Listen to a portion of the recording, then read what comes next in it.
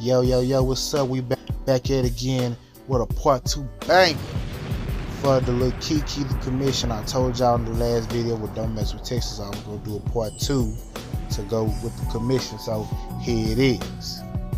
Today we're going to talk about the history behind this album, the artwork, and signing to new companies, and much more. So you know how we do it up in here. Get your wine, your drinks, your snacks, your smoke. Don't forget to like, comment, share, subscribe. Hit that bell to get notified every time I upload a video. Without further ado, let's get into this. Lil Keke, the commission album, was a follow-up album from his last album, Don't Mess with Texas. That went haywire. Lil Keke from that point on was in high demand.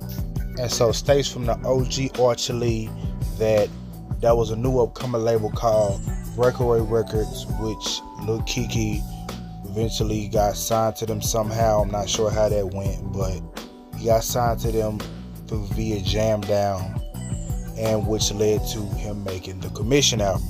So when he signed the deal, it was one of those things to where I'm gonna tell the story about Big Pokey's Hardheadz Pen the Letter, where he had signed with Universal and all that, which led to his album being re-put out.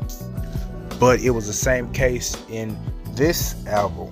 When Keke got signed, he had to re-release a new album, and he named it The Commission, but he re-put some of the old tracks from his other album, from his first album, Don't Mess with Texas, like Bounce and Turn, Ballin' in the Mix, Still Pimpin' Pins, Don't Mess with Texas, and many others. So he started doing new tracks. Some of the songs I want to break down on this album is one of my favorites out of this whole album is the song For Show. This song is one of those songs, man, it's just got that 90s Herschelwood vibe to it, you know what I'm saying? It was like, man, the vibe was different in the 90s, man, versus then and now. You don't have that cool, clean, starchy archy vibe. Then, man, it was undefeated. Lil Keke back then had this flavor and this sound, man. It was just legendary. And of course, the producers had a lot to do with it. As the time evolved, the producers, some of the producers changed up their styles also. The song For Show is just basically addressing all their success and what they've been doing and how they remained on top. This is one of the songs where Archie Lee is on the album and on this song. Because on the Don't Mess with Texas, he wasn't on there because he said he hadn't got his feet wet. He was still doing him. Like, man, when Archie Lee part come up, man, I get hyped. Man, like Archie Lee, like, now peep game from a hard head. Archie Lee, that's me. I buck up down to the mall dead. Like, man, hold up, man. Archie Lee going hard on here. Then when Lil Keke come with his verse, he started out with the every dog gets his day up under the sun. Slow niggas and hoe niggas must bow down to the dun. Like, man, the OG was going AWOL on this track, man. The song was produced by, from the credits of what I read, Mr. Love, the OG Harvey Love had produced this beat. The sound is very perfect and it's still classic. Another song I want to get into is Wise Guys. Everybody's on this track doing their fair share and beating this track all the way up. To me, it's like everybody on this track that was in the studio, everybody was trying to outdo each other. Like they was rap battling. It was like, okay, nigga, you said that, but I'm gonna come back and say this. I'm gonna be more throated than you. Or now, like, nigga, you think you gonna be more throated than him, nigga? I'm finna come in here and shut both of y'all niggas down. That type of vibe. The sound was very, very crispy. The claps was hitting hard with the kicks. Wise Guys was produced by the OG Solo. He took his time when he did this track, man. Hold up. Like most of Solo's tracks, you could tell that he wanted the sound to be perfect. Like not a song on this album that Solo produced, and he produced basically pretty much the whole album along with Double D. The song and the quality is so crispy and clean to the fullest. Another song I want to get into is one of those hidden tracks, Coming Down. This song is featuring Lil Keke and the OG Phaz. Phaz came in with that "Ooh, the South Side."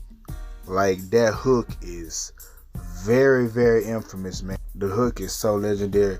Lil Keke is basically rapping about his success and letting everybody know what he's been up to, and things ain't changed. He just been upgrading himself, making himself better, and he was repping Jam Down a lot. The track Coming Down was produced by the OG Double D. Pretty much, to me, Double D, Solo, a lot of producers, they were basically sample based, to where they would just build around a sample. As for Solo and Double D and Chicken Hawk and a lot of these producers, they actually knew how to play the piano. So they would just hear a melody in their head and just down, down, down. Then they would just bring it to the keyboard, and it'll be left to your imagination on how they came up with it. Of course, Double D put that infamous bass in there. It's hitting hard. When this hit your trunk, man, it's over with. It's gonna be hitting hard. The trunk gonna be almost about to come off. The next track I want to get into is Pimp, Players, and Hustlers, which this song featured Herschelwood Hardheadz and the late great Fat Pat. The track was produced by a producer named D White. Not sure what the D stands for, but D White produced this track, and it sounded like a sample to me.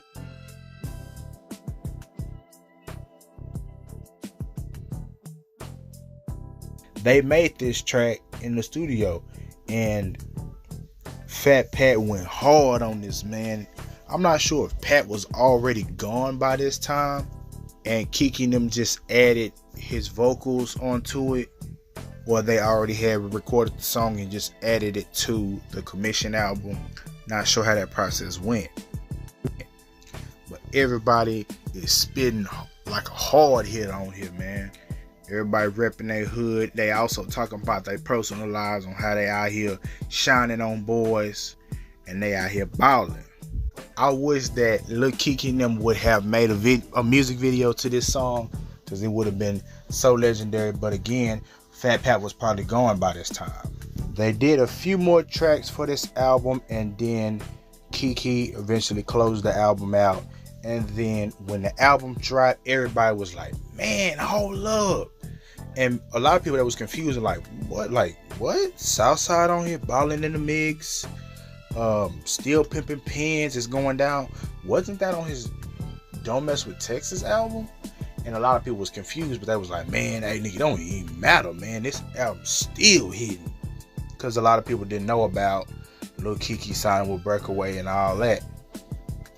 But when the album dropped, it released at number 146 on the US Billboard's Top 200 chart. So it made some big bank. And I want to talk about the artwork for a little bit, man. That artwork is legendary. Lil Keke had went with Pen and Pixel for the new look. If you look, Pen and Pixel had did a Lil Keke's photo shoot, and you can see some of the stuff on the cover is just added there. There was actually a original photo with Lil Keke, which is right here.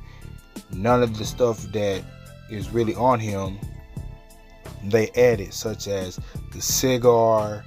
Pretty much like the cigar, Lil Keke pretty much already had the bracelet and everything, but you can see where like they had like the wine glasses, the grapes, the limes, and the cap with the Lil Keke name on it. All that was made in the studio. You have these stock footage security guards. They was used on many covers. They had used it in Mr. Servone's cover. They were just reusing different people and re-putting them on different covers and adding a twist to them. The Pen and Pixel took the commission name and put Lil Keke as like a president on top of this cover. Like you can see the US flag, and on the back you can see where Lil Keke's getting out of the old car with the security guards surrounding him like he's the president. Again, a lot of this stuff was shot on different locations, because you know how Pen and Pixel used to do. They used to take the photos and then leave it to your imagination. Of course, like I'm pretty sure the big old mansion behind Lil Keke and them, they put that in their stock footage and they re-put it and made it with Lil Keke's cover. If you look at Lil Keke's drip, man, he was dripping hard to be 22 years old. He had the red matching shoes with the jacket, with the necklace, man. His drip was all that with the prime code in his hand. Lil Keke just knew how to perfect his style. And plus they took more shots of Lil Keke without the jacket on. You can see right here where he's blowing his cigar sweet, laying on a blue bourbon. And I also took a picture with Lil Keke in the back of the car looking at the camera with see, back then if you was a baller, you had the phone inside the car, because back then it really wasn't no phones like that. It was prime codes, but that was pretty much it. They had the in-car phone. They allowed Lil Keke to express his thankful and gratefulness for everybody who supported him, and just let him give some words and allow him to speak his mind on here. And it also showed the credits of the songs and the written and co-produced and all that, you know, all that stuff. And they made Lil Keke's album cover perfect.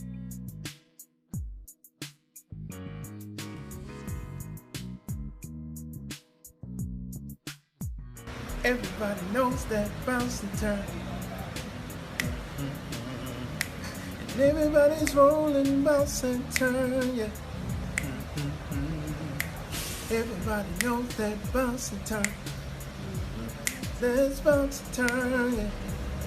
Let's bounce and turn. And so yeah, this album is legendary, just as well as Don't Mess With Texas. Both of them are legendary albums and classics. You cannot listen to Lil Keke without listening to The Commission and Don't Mess With Texas, man. Like, if you don't listen to them two albums, you just out of there.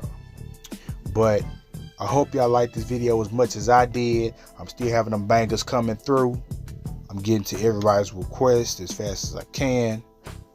I'm not saying which in order I'm gonna do next, but a couple videos I'm gonna be releasing next will be Big Hawks Under Hawks Wings, Big Mo City of Sir, Herschelwood Hardheadz $1 Million Later, and many more. Again, all my supporters, make sure y'all share, spread to all y'all music fans, groups, and all of that. And your boy For The Culture TV tuning out. Your boy gonna always be here. He's gonna have that good quality content that's gonna bring your eyes and ears to the real. And I'm out this joint.